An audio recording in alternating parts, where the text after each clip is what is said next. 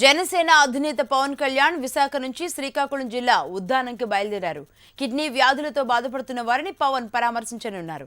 Pawan tour నేపథ్యంలో జనసేన కార్యకర్తలు, అభిమానులు భారీ ఏర్పాట్లు చేశారు.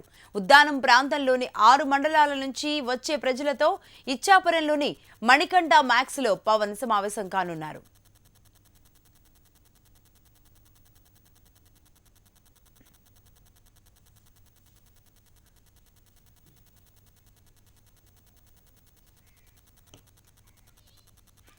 ఉద్దానంలో గత 20 ఏళ్లలో 20,000 మంది కిడ్నీ వ్యాధులతో మృతి చెందారు.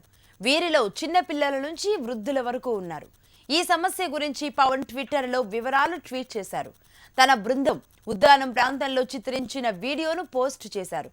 ఈ వీడియోను చూసి అక్కడి ప్రజల వ్యతలను తెలుసుకోవాలని, సమస్య తీవ్రతను అర్థం చేసుకోవాలని ఆయన సూచించారు.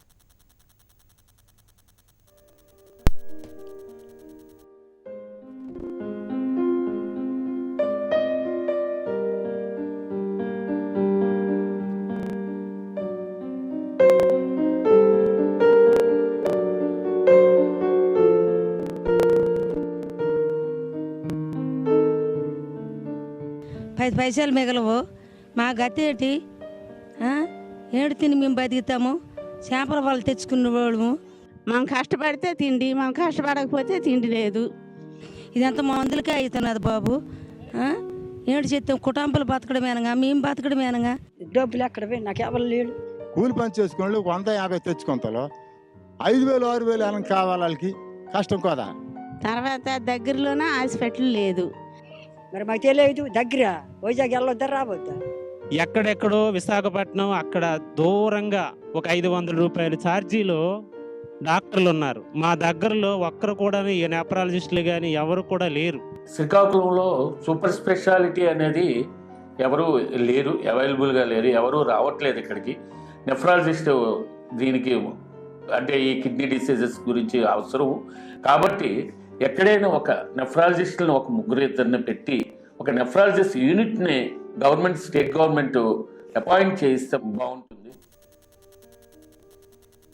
ప్రాంతాల వారీగా ప్రజా సమస్యలపై పోరాటం చేయాలని భావిస్తున్న పవన్ కళ్యాణ్ ఇప్పటికే ప్రత్యేక హోదాపై ఉద్యమం చేస్తున్నారు.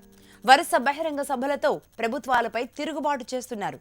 ఇప్పుడు శ్రీకాకుళం జిల్లాలో పర్యటించి ఎన్నో ఏళ్లుగా ఇంత పెద్ద సమస్యను ప్రభుత్వాలు ఎందుకు నిర్లక్ష్యం చేశాయి అన్న దానిపై నిలదీయనున్నారు. కిడ్నీ వ్యాధులతో ప్రజల ప్రాణాలు గాల్లో కలిసిపోతుంటే స్థానిక ప్రజాప్రతినిధులు ఏం చేస్తున్నారని ప్రశ్నించనున్నారు. ఇచ్చాపురంలోని మణికంఠ థియేటర్ ప్రాంగణంలో కిడ్నీ వ్యాధిగ్రస్తులను పరామర్శించిన అనంతరం పవన్ రోడ్ షో నిర్వహించే అవకాశాలు కనిపిస్తున్నాయి.